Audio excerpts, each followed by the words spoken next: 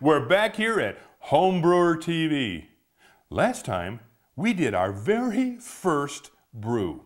And for me, it was exciting to share that experience. Today, our fermentation is finished, and now we gotta bottle it. And the bad news? We have to be patient and wait at least another week before we can open a bottle. But when you do, you'll enjoy it. So let's get to bottling.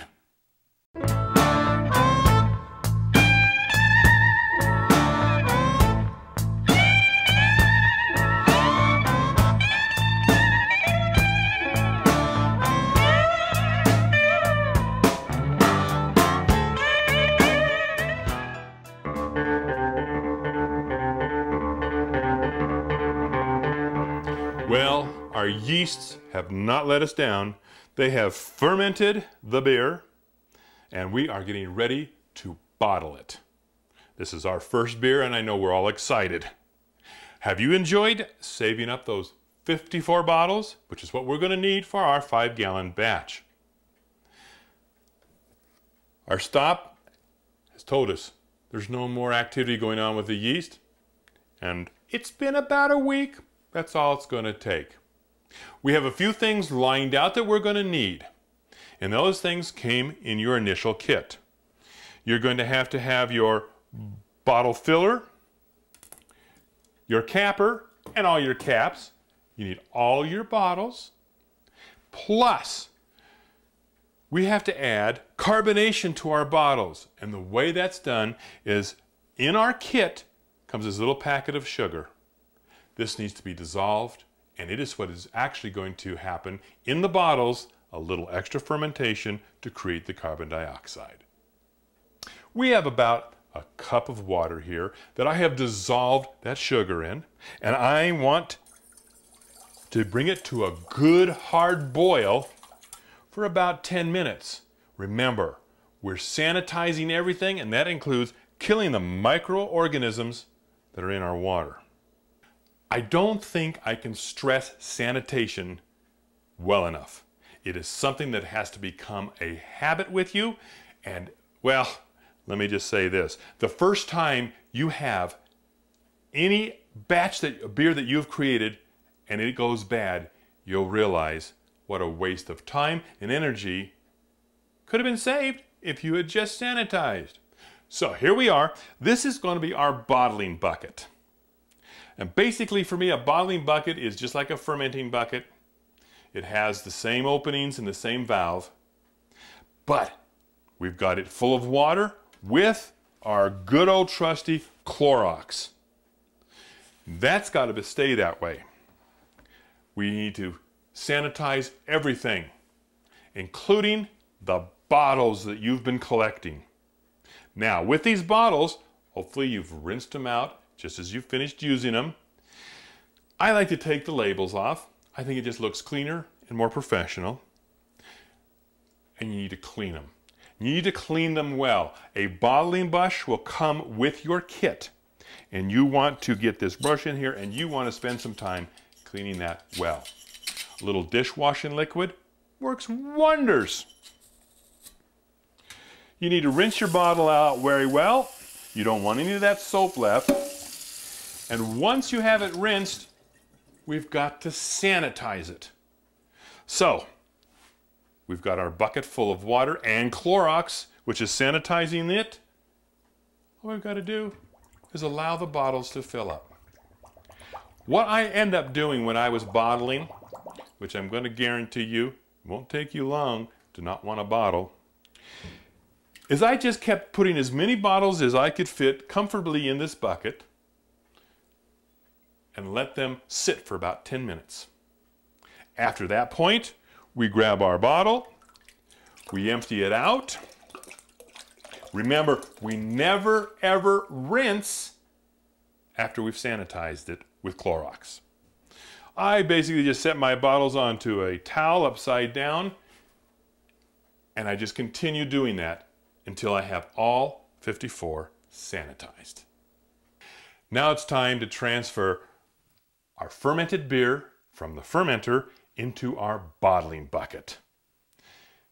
And I'm going to harp here about sanitation again. I cannot say enough. Everything that touches the beer has got to be sanitized. For these plastic components, this hose, and the other things that are going to be involved today, including our bottles, I can use Clorox. And in a 6.5 gallon bucket, about 1/4 cup is what works really well. Remember, never ever rinse anything after you've added the Clorox. All you'll be doing is reintroducing microorganisms. You can turn them upside down and let them drain like our bottles, and you don't have to worry that you think you're going to have a Clorox taste. It won't happen. So, we get this hose into our bottling bucket. I have the lid on. It's not tight. I just have it on so that it keeps anything possibly from falling in. Turn on our valve, and we have to remove our fermentation lock. Now it's just going to fill up our bottling bucket. We're now going to add our bottling sugar, which creates a carbonation as the bottles sit. You see, there's just a little bit of yeast left in every bottle, and it will love to have some more sugars to convert. So, we simply pour that in and give it a good mix. Now remember, this spoon was sanitized before it ever touched that beer. Slip the lid on. Don't have to be tight. I have to admit, I'm a little lazy, so I love letting gravity work for me. And I don't want to have to bend over to the floor or anything else. So I have put my bucket now of beer on top of the old fermenter so that it gives me gravity feed. We've added our filler, and now all we have to do is start filling bottles. And this is so simple. You insert filler, you notice nothing's coming out. Insert filler, push down, and it is now filling the bottle. We want to fill to about this level. So, the bottle's coming up. I can watch the beer bean coming in. We're getting closer. We're done. And I'm ready for my next bottle. It's as simple as that. Oh my goodness, it smells like beer. But it's time to cap it, and it's so simple. Place your cap on the bottle and take your capper. That's all there is to it. That bottle is now capped and ready to be stored. You have now brewed your first batch, and it's bottled. Now I'm going to tell you one of the biggest problems you're going to run into, and believe me, any home brewer will tell you the exact same thing. You've got to wait about a week before you can crack this open and try it. I mean a week. So have some patience. But when you do crack it open, oh, you are going to be so thrilled because it's going to be some of the finest beer you've ever had. So I hope you enjoyed the whole idea of your first home brew. You give it a try. I want to hear about it because I love to brew and I love to hear about how other people brew. So, till next time, I gotta find some beer.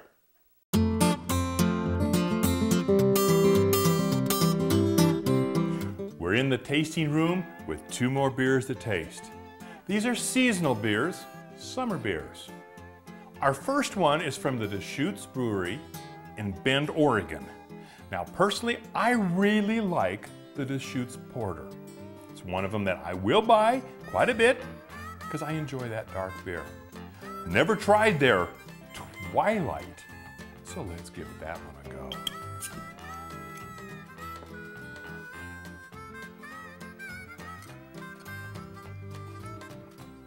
Very light colored beer.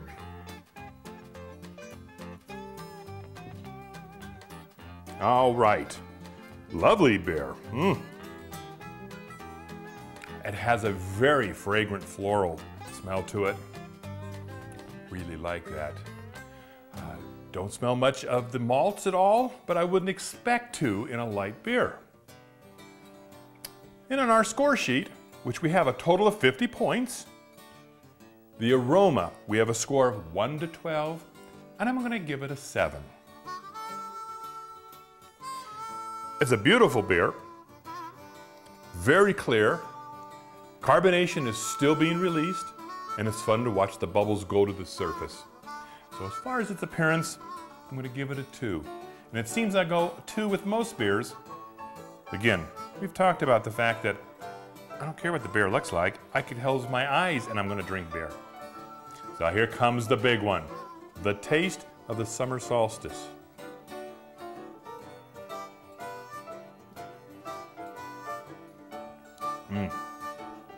It's delightful. It's delightful. Not real hoppy, just enough hops. This is a 5% alcohol by content beer and an IBU, the International Bittering Unit, of 35. I think it refills the mouth lovely, the aftertaste is delicious, and it's a very refreshing beer that you would drink on a very hot summer afternoon. This is delicious. So, I'm going to give it on its flavor. We have up to 20. I'm going to give it a 12. It's not a big flavored beer, it's just a refreshing beer. As far as the mouthfeel is concerned, I feel the carbonation release is excellent. The movement over my tongue is excellent. I like the mouthfeel of this. And on a scale of 1 to 5, I'm going to give this beer a 4. So my overall feel is this would be a delicious beer, hot summer afternoon, 6-pack and buddies down by a river. You're going to have a good time. So my overall impression on a scale of 1 to 10, I'm going to give it a 7. So that gives me 11, 23, 25, 32. I like the beer. All right, our next beer is from Anderson Valley Brewing in Boonville, California. Now, I had no clue where Boonville was. I had to go look it up. It's in Northern California. And quite honestly, it looks like it'd be an excellent ride to get to it from my house. This is their Summer Solstice Cerveza Crema. Their website says it has an alcohol content of 5.6 and an IBU, the International Bittering Unit, of 4. Now that surprises me because that's a very low number. So we're going to have to find out here if this has no hoppy taste at all.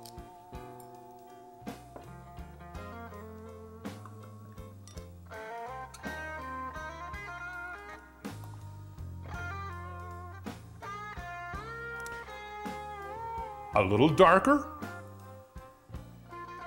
As you can see, more of a honey look. Beautiful head. Nice clear beer. Let's see what it smells like. All right, I don't get much of a sense of smell at all. I don't smell much hoppiness. And I don't smell a whole lot of malt either. So as far as an aroma is concerned, this one is not going to score well. I'm giving it a 2 out of 12. Its appearance is beautiful. I think you and I both know I'm going to give it a 2. I don't care what the beer looks like, neither do you. All right, now this is where I'm really curious, because with a 4 of an IBU, this has got to have no bittering whatsoever. So we're going to see if maybe it was just a misprint on their website.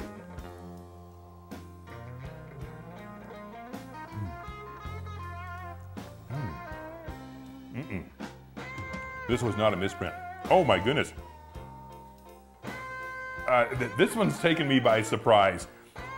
This is a delicious beer, a delightful beer. I was expecting it to be hoppier because I thought it was a misprint. No. This has got more of a honey flavor, sweetness. This is really nice.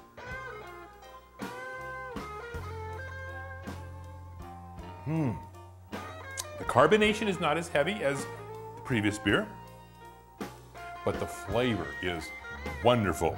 So as far as the flavor is concerned in this category, on a scale of 1 to 20, I'm going to give this a 17.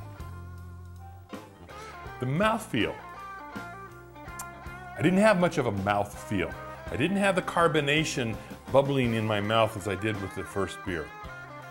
So the mouthfeel really left me with, there really wasn't much, except it was delicious.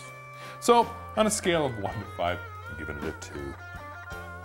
My overall impression, I was surprised by the flavor of this beer, and I was surprised by the low IBUs. I think most pale beers, I expect it to be a little hoppier. Not that I necessarily have to have it that way. If I want a hoppy beer, you know where I'm going. I want an IPA. This is just a delicious, delicious beer. I can see this sitting down in an afternoon, discussing the world and what you're going to do to make it better, munching on some nuts or granola. This would be a great backpacking beer. So overall, on a scale of 1 to 10, I'm going to give this beer a 7. So that gives me 9, 16, 26, 28. This is only going to get a 30. I do find it kind of interesting, comparing the different beers, and sometimes we have preconceived ideas, but oftentimes, which beer am I going to drink? Well, I'm going to take this one. I like the flavor of this. This one had less, but if you compare the two scores, this one is 2 points lower. And I think it had a lot to do with the fact that it had no aroma and very little mouthfeel. Well, I think you'll enjoy both of them. It's fun to go exploring and finding new beers. Please, if you have some microbreweries around your area, let me know about them. I want to get a hold of them and see if I can't get some of their beer to taste. Because I have to admit, this is my favorite part of the show. We'll see you next week in the tasting room. You've taken the time to bottle up all of your batch. And now, as everyone will tell you, the hardest part is waiting until that beer is ready to drink. Give it at least a week. 2 is even better. And oh, are you going to enjoy your first batch. Next time, we're going to be chatting about my brew bench, which is going to become our experimental bench as we make it grow and evolve as an all-grain brewing. So, you catch me next time on Homebrewer TV.